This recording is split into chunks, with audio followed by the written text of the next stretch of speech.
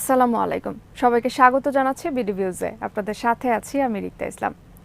রক্তপাতহীন কাবুল পতনের মধ্য দিয়ে আধুনিক বিশ্বের সামরিক ইতিহাসে এক বিস্ময়কর ঘটনা ঘটল।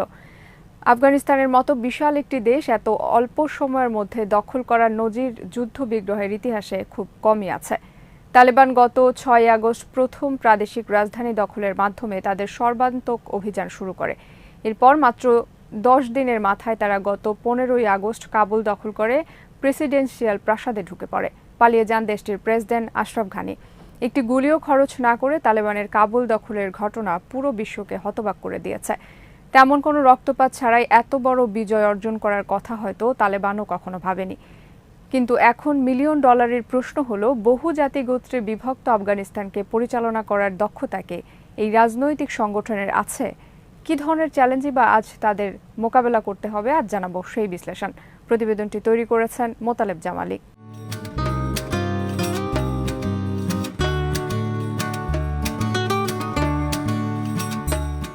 এর আগে 1996 সালে ক্ষমতায় এসেছিল তালেবান। ওই সময় সরকারে থাকাকালে নানা বিতর্কিত ও কঠোর সিদ্ধান্ত নেয়ার অভিযোগ ওঠে তাদের বিরুদ্ধে। এছাড়া আল কায়েদার তৎকালীন প্রধান উসামা বিন লাদেনকে আশ্রয় দেওয়ার অভিযোগও তোলে পশ্চিমা বিশ্ব। এই অজুহাত কাজে লাগিয়ে যুক্তরাষ্ট্রের নেতৃত্বাধীন জোট 2001 সালে দেশটিতে আগ্রাসন চালায় এবং তালেবান সরকারের পতন ঘটে। এরপর গত 20 বছর ধরে তালেবান মার্কিন নেতৃত্বাধীন ন্যাটো বাহিনী ও আফগান সেনাবাহিনীর বিরুদ্ধে লড়াই করে ময়দানে টিকেছিল তালেবান।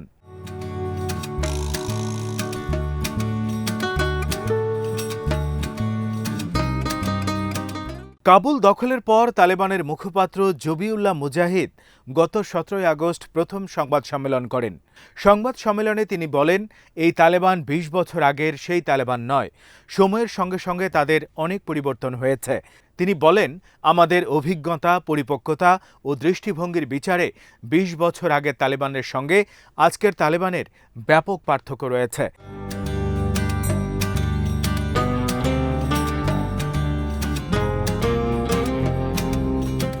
জবিউল্লাহ মুজাহিদ জানান, তালেবান তাদের বিরোধী সব পক্ষের প্রতি সাধারণ ক্ষমা ঘোষণা করেছে। কারো সাথেই তাদের কোনো বৈরিতা নেই। সংবাদ মাধ্যমের ভূমিকাকে সম্মান করার প্রতিশ্রুতি দিয়েছেন তারা। একই সঙ্গে অঙ্গীকার করেছে যে বেসরকারি মিডিয়াও স্বাধীন ও নিরপেক্ষভাবে কাজ করতে পারবে। নারী স্বাধীনতা ও সার্বজনীন মানবাধিকার রক্ষা করে চলবে তালেবান। তারা সবাইকে সাথে নিয়ে আগামী দিনের পথ চলতে চান। নারীদের জন্য বোরকা পরা বাধ্যতামূলক নয়, তবে হিজাব পরে নারীদেরকে চলাফেরা করতে হবে।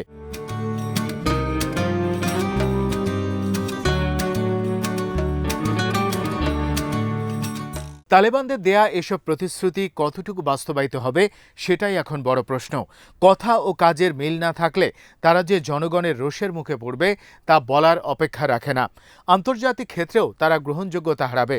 ফলে তালেবানের সামনে এখন অনেক চ্যালেঞ্জ।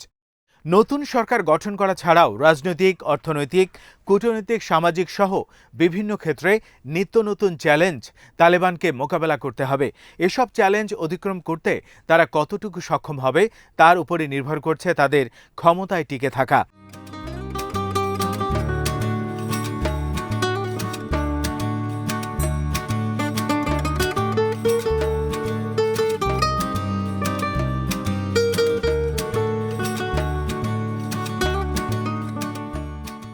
তালেবানের সামনে প্রথম চ্যালেঞ্জটি হচ্ছে সবার কাছে গ্রহণযোগ্য একটি নতুন সরকার গঠন করা।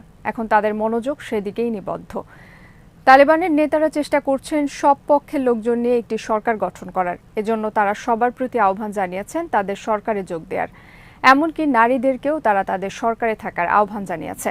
দেশটির সাবেক প্রেসিডেন্ট হামিদ কারজাই এবং সাবেক সরকারের প্রধান নির্বাহী কর্মকর্তা আবদুল্লাহর সাথেও তালেবান বৈঠক করেছে।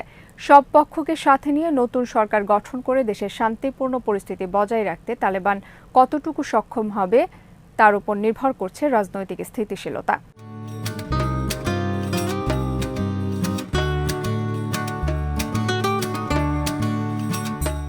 তালেবান যে সরকার গঠন করতে যাচ্ছে সেই সরকারের প্রতি বিভিন্ন রাষ্ট্রের স্বীকৃতি আদায় করা তাদের জন্য একটি বড় চ্যালেঞ্জ হয়ে দাঁড়াবে।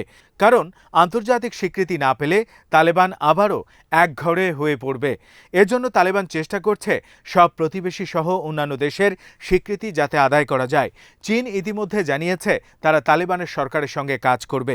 বাইডেন প্রশাসন বলছে তালেবান মানবাধিকার রক্ষা করে চললে যুক্তরাষ্ট্র তাদের সাথে কাজ করতে প্রস্তুত রয়েছে। যুক্তরাষ্ট্র স্বীকৃতি দিলে তালেবানদের জন্য অন্য দেশগুলোর স্বীকৃতি পাওয়া খুব সহজ হয়ে যাবে।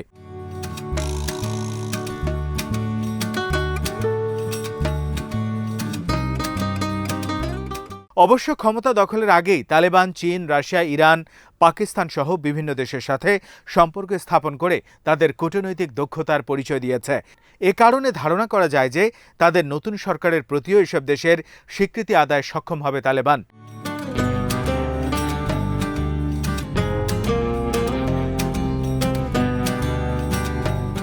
তবে তালেবানের একজন নেতা ওয়াহিদুল্লাহ হাশিমি বলেছেন তাদের শাসনকালে আফগানিস্তানে কোনো গণতান্ত্রিক রাষ্ট্র হবে না। এখানে কী ধরনের শাসন ব্যবস্থা থাকবে তা নিয়ে নতুন করে আলোচনা করার কিছুই নেই। আফগানিস্তান চলবে শরিয়া আইনের ভিত্তিতে এবং সেটাই শেষ কথা। তার এই কথার পরিপ্রেক্ষিতে গণতান্ত্রিক বিশ্বের সাথে তালেবান সরকারের কী ধরনের সম্পর্ক থাকবে তা এখনই স্পষ্ট করে বলার সময় আসেনি।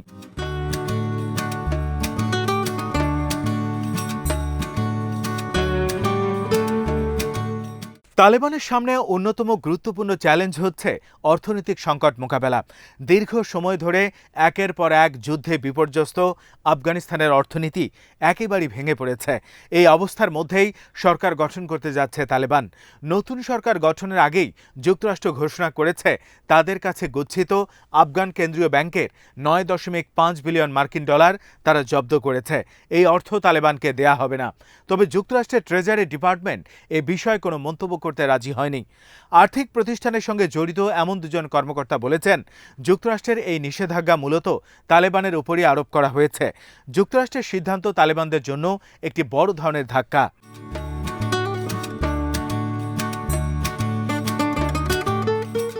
যুদ্ধবিধ্বস্ত আফগানিস্তানের পুনর্গঠন, উন্নয়ন ও সরকারের দৈনন্দিন কার্যক্রম পরিচালনার জন্য তালেবান সরকারের জন্য বিপুল অর্থের প্রয়োজন হবে।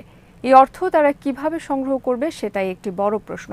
অবশ্য এক্ষেত্রে চীন তালেবানকে সহায়তার হাত প্রসারিত করতে পারে। এগিয়ে আসতে পারে সৌদি আরবও। তুরস্ক বলছে তারা তালেবানের সরকারকে সব ধরনের সহায়তা দিতে প্রস্তুত রয়েছে। সবকিছুই নির্ভর করছে তালেবান এসব দেশের সাথে কার্যকর সহযোগিতার সম্পর্ক গড়ে তুলতে পারবে কিনা তার উপর।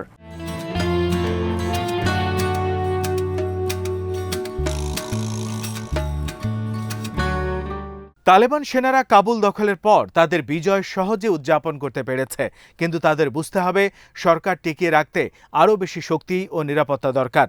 সাবেক প্রেসিডেন্ট আশরাফ ঘানি সরকারের ভাইস প্রেসিডেন্ট আমিরুল্লাহ সালাহ এবং উত্তরাঞ্চলীয় জোটের সাবেক নেতা আহমদ শাহ মাসুদের ছেলে আহমদ মাসুদ তালেবানদের বিরুদ্ধে অবস্থান নিয়েছেন। পানশির উপত্যকায় তারা শক্ত অবস্থান গড়ে তুলেছেন। পলাতক ভাইস প্রেসিডেন্ট আমারুল্লাহ সালেহ বলেছেন তিনি এখন আফগানিস্তানের বৈধ প্রেসিডেন্ট। অন্যদিকে আহমদ মাসুদ তালেবানের বিরুদ্ধে যুদ্ধ করার কথা ঘোষণা করেছেন। এজন্য তিনি অস্ত্র ও অন্যান্য সহায়তা চেয়েছেন যুক্তরাষ্ট্রের কাছে।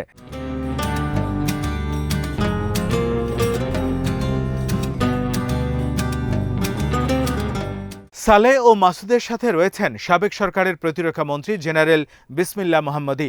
এছাড়াও উত্তরাঞ্চলীয় জোটের দুই যুদ্ধবাজ নেতা জেনারেল রশিদ দোস্তাম ও আতা মোহাম্মদও পালিয়েছেন তালেবানদের ভয়ে। তারাও দলবল নিয়ে এদের সাথে যোগ দিতে পারেন।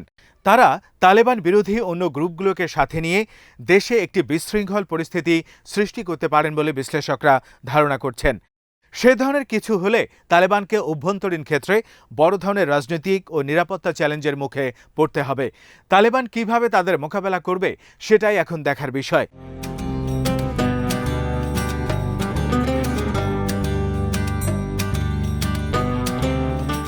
ইসলামাবাদে আফগানিস্তানের উত্তরাঞ্চলীয় জোটের সাবেক নেতাদের একটি প্রতিনিধি দল পাকিস্তানি কর্মকর্তাদের সঙ্গে বৈঠক করেছেন। তারা বলছেন তালেবানের সরকারে যুক্ত হতে তারা ইচ্ছুক। এজন্য তারা তালেবানের সঙ্গে একাত্মতা ঘোষণা করেন। তালেবান নেতারা তাদের সরকারে উত্তরাঞ্চলীয় জোটের এই নেতাদের নিলে সেটি তালেবানদের জন্যই ইতিবাচক হবে বলে বিশ্লেষকরা ধারণা করছেন। কেননা এই নেতাদেরকে আহমদ মাসুদ ও আমারুল্লাহ সালের বিরুদ্ধে কাজে লাগাতে পারবে তালেবান। তালেবানের অন্যতম চ্যালেঞ্জ হচ্ছে নারী অধিকার ও সামগ্রিক মানবাধিকার রক্ষা করা। কাবুল দখলের পর তালেবান নারীর প্রতি যথাযথ সম্মান দেখানোর কথা বলেছে। নারী অধিকার নিয়ে পশ্চিমা দেশগুলোতে তালেবান বিরোধী বিক্ষোভ হয়েছে। যুক্তরাষ্ট্র ও ইউরোপীয় সরকারগুলো মানবাধিকার ও নারী অধিকার নিয়ে তালেবানের ওপর ইতিমধ্যেই চাপ সৃষ্টি করছেন।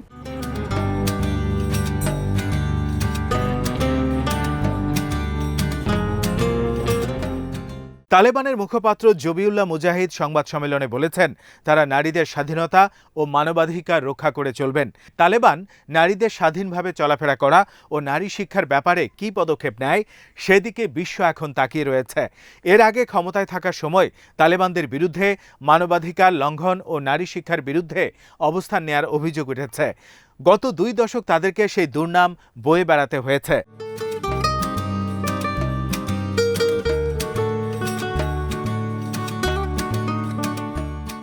তালেবানের মুখপাত্র জবিউল্লাহ মুজাহিদ বলেছেন, আমাদের সমাজে খুবই সক্রিয় ভূমিকা রাখবেন নারীরা। শরিয়া আইনের কাঠামোর মধ্য থেকে তারা সম্মানের সঙ্গে বাইরে কাজ করতে পারবেন, সেটা নিশ্চিত করা হবে। তবে সেই কাজের ধরন সম্পর্কে বিস্তারিত কিছু ব্যাখ্যা করেননি তিনি।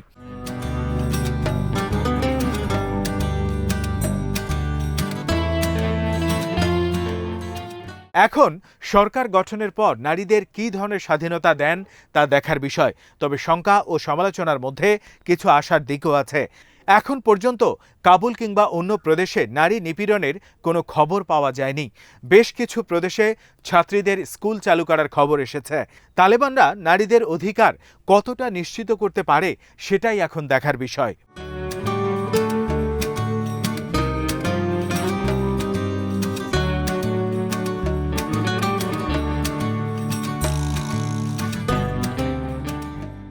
আজ এখানে শেষ করছি। সবাই ভালো থাকুন, সুস্থ থাকুন আর দেখতে থাকুন বিডিভিউজ। চ্যানেলটি ভালো লাগলে সাবস্ক্রাইব করুন। সংযুক্ত থাকুন আমাদের ফেসবুক পেজে। আল্লাহ হাফেজ।